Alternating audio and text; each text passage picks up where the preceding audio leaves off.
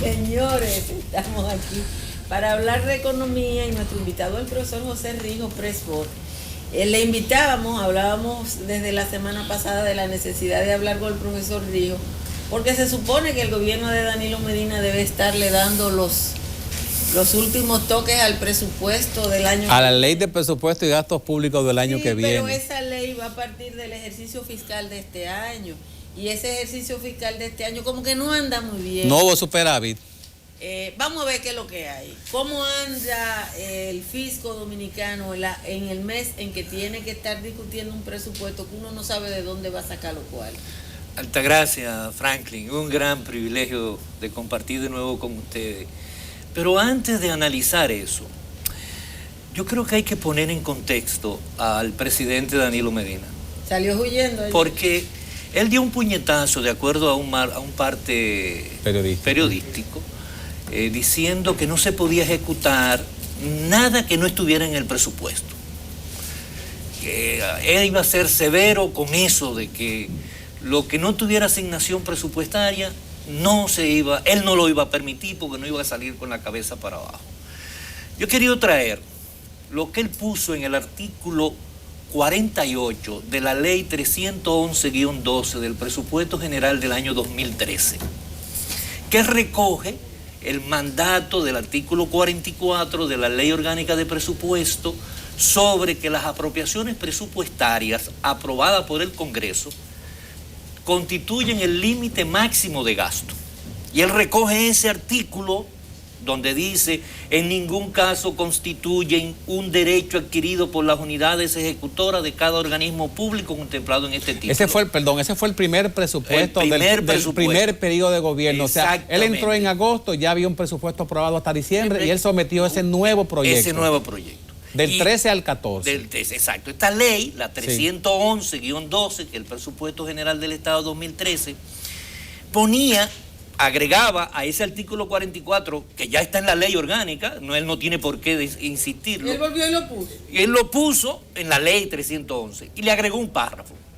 El no cumplimiento de las obligaciones y restricciones contenidas en este artículo compromete la responsabilidad administrativa de los funcionarios involucrados y los hace pasibles de las sanciones establecidas en el título 8 de la Ley Orgánica de Presupuesto número 42306 de fecha 17 de noviembre del 2016. Y él insistía, no podrán tramitar, comprometer, asumir obligaciones de pago ni realizar gasto alguno si previamente no han recibido la respectiva cuota periódica de compromiso. ¿Y esa fue la respuesta al déficit fiscal que él encontró de Leonel? De Leonel. Cuando yo vi eso en la ley digo, bueno, vamos a comenzar a aplicar la ley orgánica de presupuesto. Se van a hacer las cosas bien. Se van a hacer las cosas. No van a haber más déficit. No va a haber déficit, no va a haber deuda administrativa. Porque cuando usted ejecuta un gasto que no tiene presupuesto, se constituye lo que se denomina una deuda administrativa. En el año 2013 la deuda administrativa fue de 7.000 millones de pesos. Pero en el año 2014 fue de 12.000 millones de pesos. Pero en el 2015, la deuda administrativa, y si gastos ejecutados sin presupuesto, para el 2015 se presupuestaron 15.000 millones, pero terminó ejecutándose 24.000 millones de pesos. Y este año de deuda administrativa del año pasado, estamos hablando de 30.000 millones de pesos. Entonces, ¿de qué habla el presidente? Pero eso no es todo. Cuando yo cojo, digo, ¿qué ha pasado con la presidencia? Déjame ver algunos gastos de actividades de la presidencia. A ver si el presidente... De lo que es más cerca de él. De lo que es él, de lo que es responsable. Entonces encuentro, gestión para desarrollo de las comunidades, el 31 de agosto ya ha ejecutado el 93%. Pero la amortización de la deuda pública, un 96%. Pero esa deuda pública, eso es disminución de cuenta por pagar del año pasado. Esos fueron 3.000 millones de pesos que el presidente ejecutó, que no tenía apropiación para ejecutarlo. ¿Y en qué se gastaron? Y no se sabe. En construcción y equipamiento del centro de diagnóstico en San Juan de la Maguana se ha ejecutado el 172%. ¿Cómo? Sí.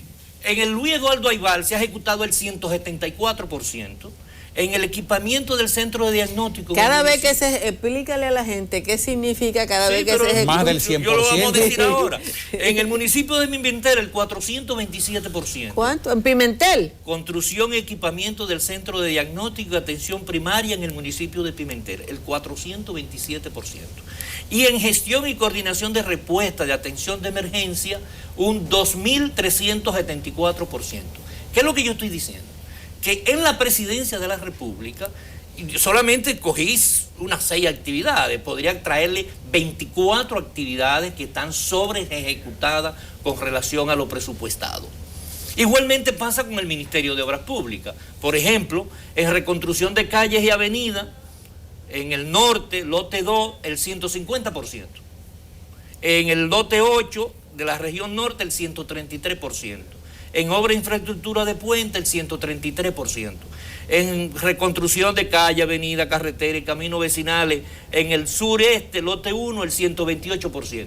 Y así, en total, de 2.300 actividades que tiene el gobierno u obras, el 35% están sobre ejecutadas ya. Ahora, pues explícanos qué es lo que es la sobreejecución. Sí, sería bueno. No es un 100%. La gente te va a decir, obra. o sea, sí. cuando el profesor Rijo dice que una obra en Pimentel, que es un municipio pequeño, tiene una sobreejecución del 400%, yo diría que fue que lo que planificaron lo hicieron 4 veces. Exactamente.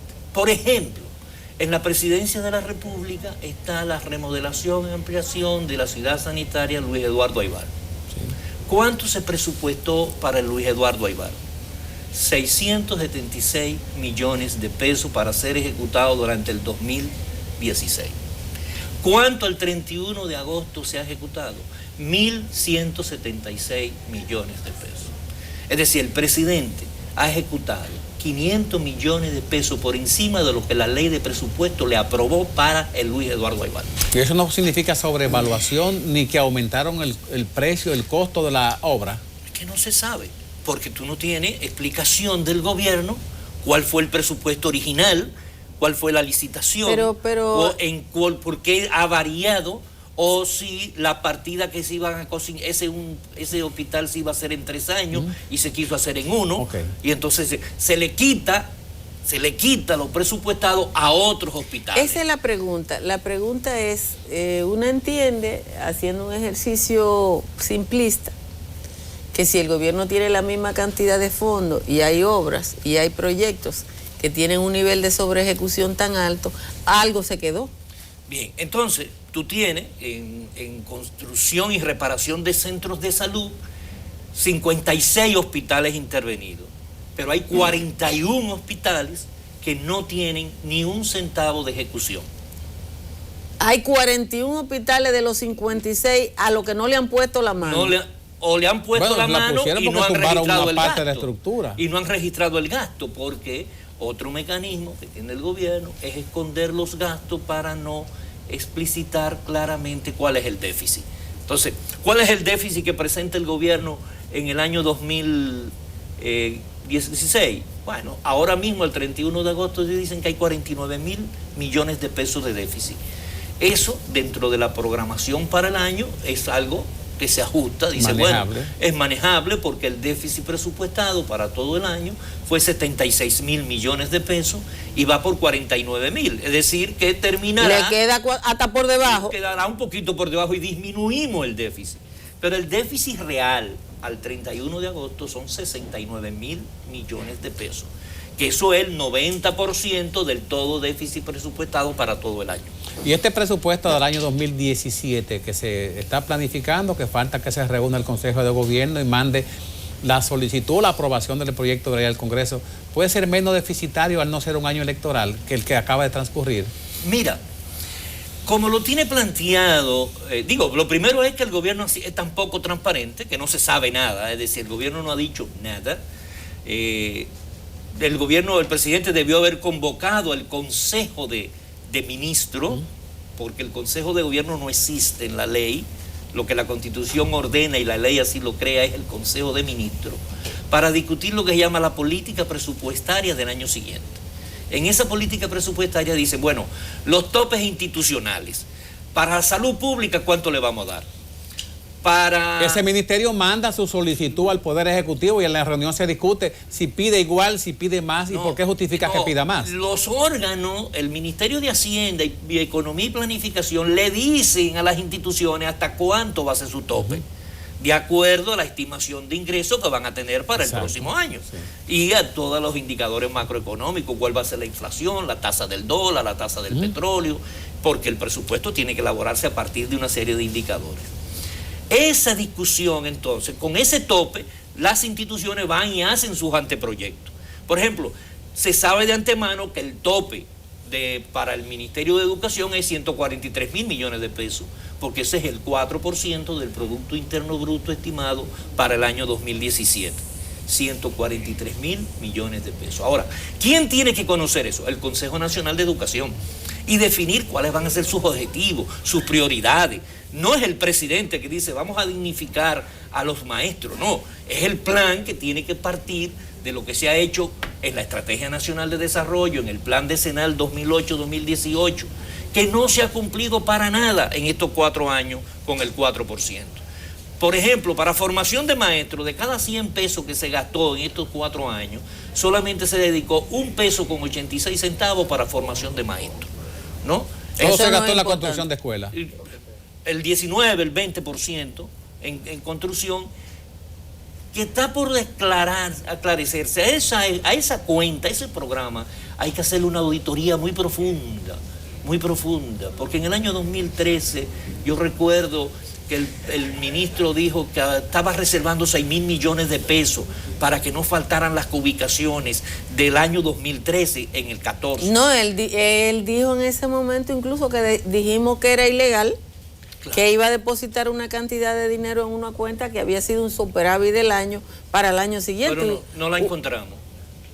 La cuenta nunca la encontramos. Nunca se encontró, pero y los gastos y el pago de las ubicaciones de las escuelas del 2013 fueron cubiertas en el 2014, en el 2015 y todavía en el 2016 se están cubriendo. Bueno, el que se suicidó era una obra anterior. El arquitecto Martínez. Claro. El arquitecto Martínez. Hay cosas que es bueno explicarnos a nosotros, los legos, lo que no sabemos de eso.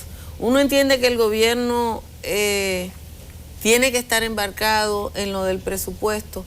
Estás hablando de que ahora, a este corte, ya virtualmente ha llegado a su nivel tope de endeudamiento y daría la impresión de que la capacidad recaudatoria del gobierno también llegó a un techo para fines del año que viene. Vamos a hacer la pausa y cuando regresemos yo creo que me dé la perspectiva de qué sería lo que hay que hacer, porque como que uno no ve de dónde va a sacar el gobierno de Danilo Medina los chelitos que necesita. Regresamos en breve.